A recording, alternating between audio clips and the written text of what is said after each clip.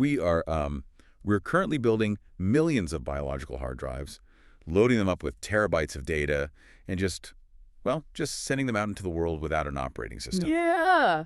Welcome to the deep dive. Today we are looking at a stack of sources anchored by a really profound essay titled Reclaiming Education in a Fragmented World. Right. And this central question driving this entire piece, a question we're really going to just obsess over today, is this. What kind of human being must we form for a world that is becoming increasingly fragmented, technological, unstable, and, morally confusing? It is the defining anxiety of our era because Yeah. we aren't suffering from a lack of data. Obviously not. Right. You and I have more information sitting in our pockets right now than the greatest scholars of antiquity had in their entire libraries. Yeah, that's true. What the essay points out is that we are facing a crisis of meaning, not information. We are looking at how to recover education from being a purely, transactional process, just inputs and economic outputs, and return it to a holistic, civilizational, and spiritually grounded project. Okay, let's unpack this, because that transactional model is honestly all we know. Yeah. If you look at the dominant educational systems globally, they function like massive digital assembly lines. Yeah. We treat students like hardware. Right. Going back to your hard drive analogy. Exactly. We constantly upload formulas, coding languages, technical skills to make them compatible with the modern economy. But in that relentless uploading process, we completely bypass the installation of an operating system like the morality, the purpose, the inner compass that dictates how that data should actually be used. It's actually worse than that. An assembly line stops when the whistle blows. This system follows them home. When you reduce a student to an economic unit, you are broadcasting a very clear, continuous message, which is your primary value to society is your ability to produce and consume. Wow, yeah. It entirely strips away the metaphysical reality of who they are. The modern system is, ruthlessly efficient at producing workers, but it is deeply impoverished when it comes to forming a complete human being. I caught myself doing the exact same thing the other day. My kid walked in the door, and the very first thing I asked was, what grade did you get on the math test? Yep, we all do it. Right. Not, were you kind to anyone today? Or did you help your friend? I immediately defaulted to the metric of the factory. And obviously, navigating tomorrow is going to require technical skills.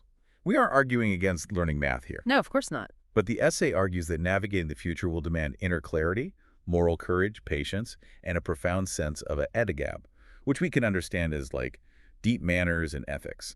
If we connect this to the bigger picture, consider what happens when the power goes out. What do you mean? Well, when a society is built entirely on economic output, it naturally becomes fragmented and morally confusing. The citizens have never been trained to navigate inner turmoil.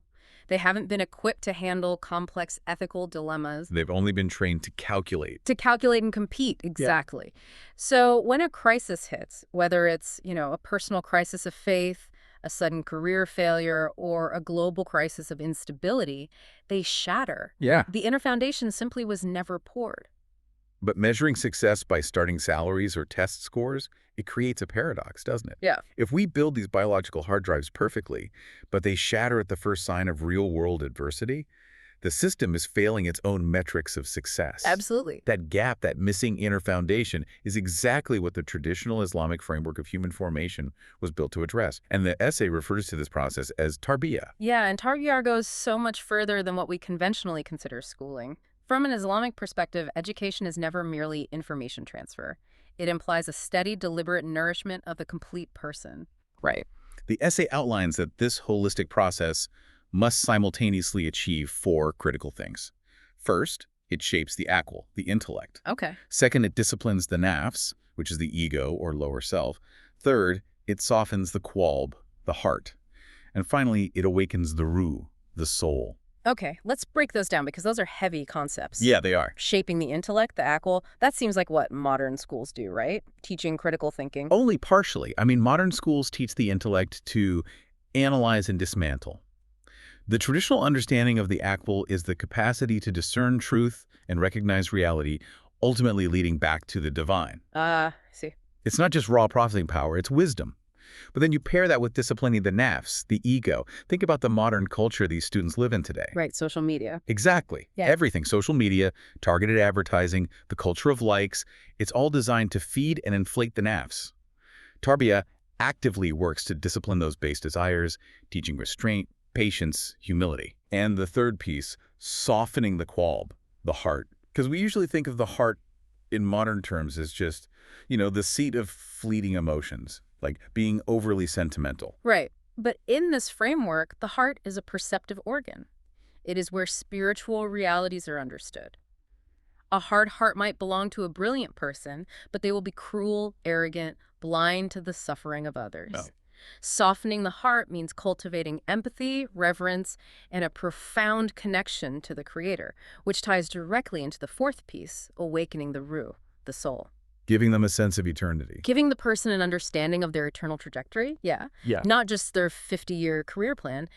If you are only addressing the intellect, you aren't educating. You're programming. Okay, I have to push back here. Let's be real for a second. Sure. I cannot put patience in adversity or softness of heart on a college application. No, you can't. Right, and I can't put disciplined ego on a resume for a tech firm. In a world utterly obsessed with quantifiable metrics, like standardized test scores, GPAs, university rankings, how does a modern parent or educator balance the undeniable, practical need to survive in the modern economy with these invisible spiritual metrics? We're trying to measure poetry with a ruler here. You are touching on the exact painful friction every mindful parent feels today. You cannot put those things on a resume, but let's look at the long game. What is our actual metric of success for a human life? Quite. In this tradition, knowledge itself is viewed as an amana, a sacred trust. The metrics of success aren't quantifiable on a spreadsheet, but they are entirely visible in behavior. Through their actions. Yes. You measure the success of this education by observing how a person wields their power. You measure it by their adab, their profound respect toward others, toward nature, and toward the divine. So the character is the metric. The character is the only valid metric. Knowledge is only considered valuable when it actively transforms the character of the vessel holding it. If a student memorizes entire encyclopedias, gets a perfect GPA, lands the highest paying job, but is arrogant, greedy, and detached from their community, the education has fundamentally failed. They have betrayed the amana. It demands a complete paradigm shift in how we view the purpose of knowing something in the first place. Yeah. Which is fascinating, but I know some people listening might think, well, that is a lovely utopian philosophical theory.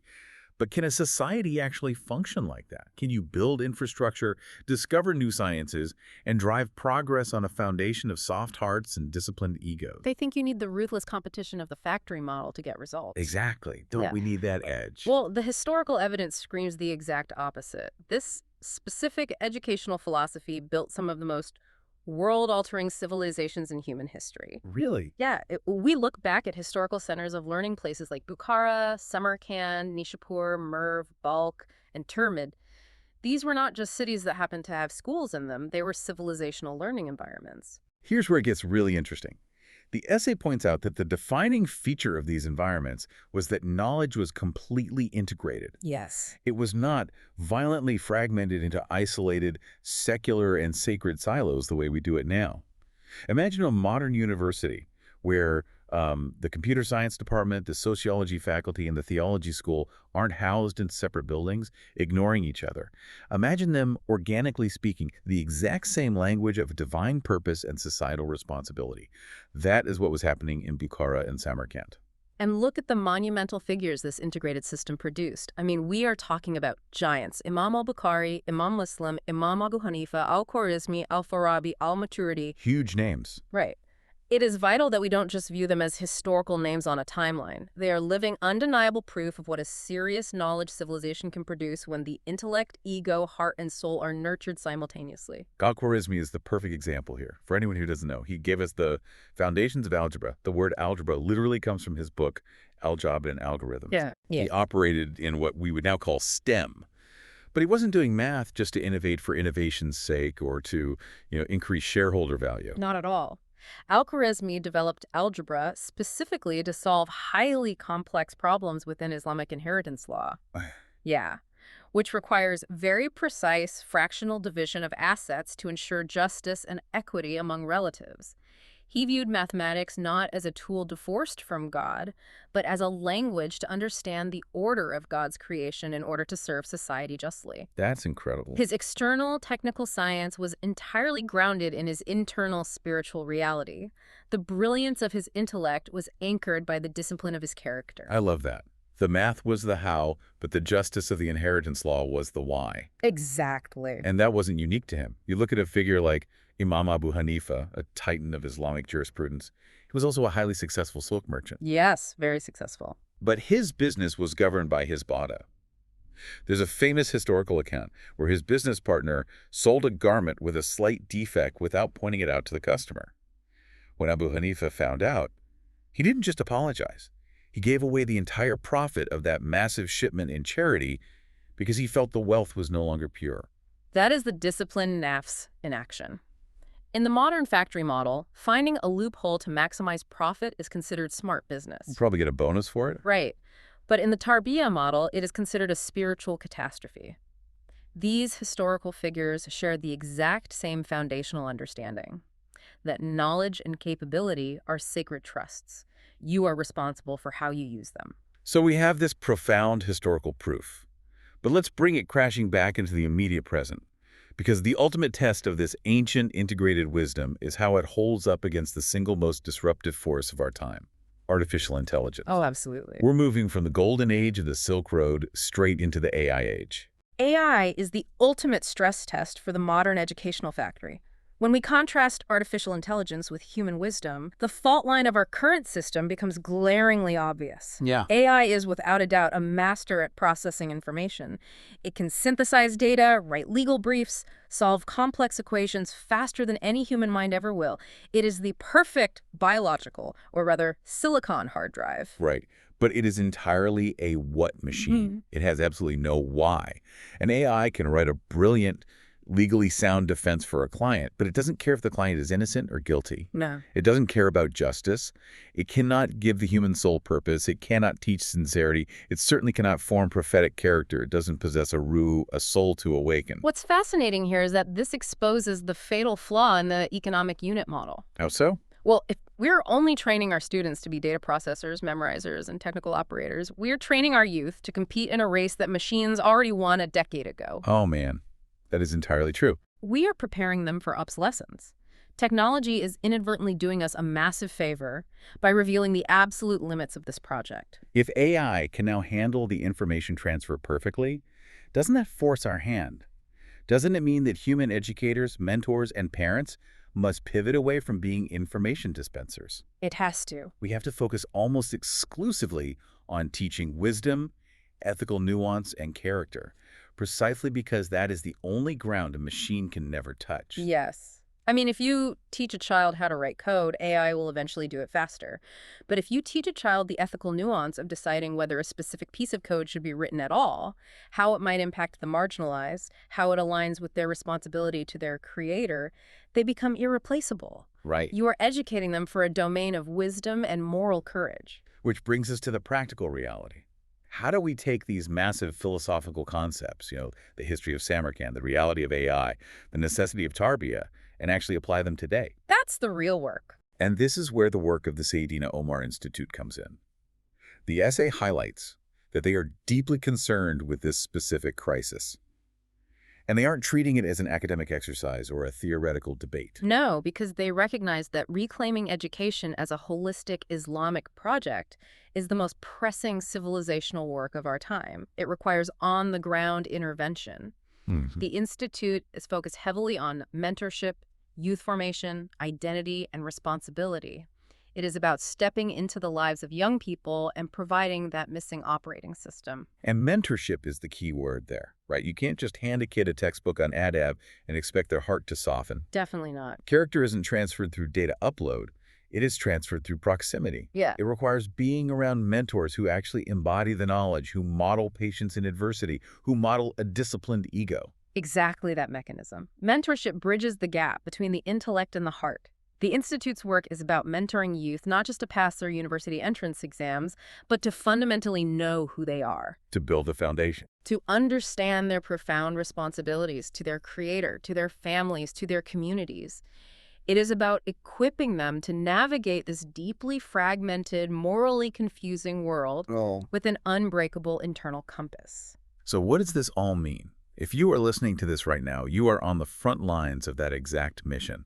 Whether you're a parent trying to raise a grounded child amidst the absolute noise of social media, or a youth worker spending your weekends mentoring teens, an educator trying to inject meaning into a rigid curriculum, or simply a community member striving to model good character, you are engaged in this work of human formation. You are the counterculture to the factory model. Exactly. And reclaiming education is not about moving backward in time.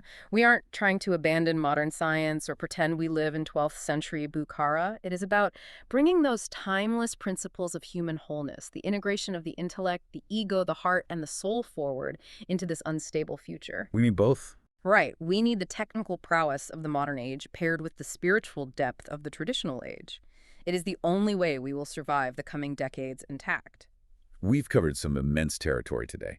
We started by diagnosing the failures of the modern, fragmented system that treats human beings like biological hard drives. Yeah. We explored the profound Islamic paradigm of tarbiyah, Yeah. the holistic shaping of the complete human being.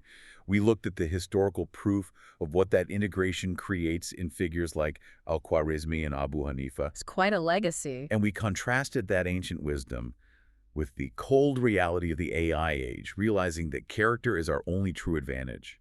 And we highlighted the vital, ongoing mission of the Sayyidina Omar Institute to recover this sacred work of mentorship and identity formation.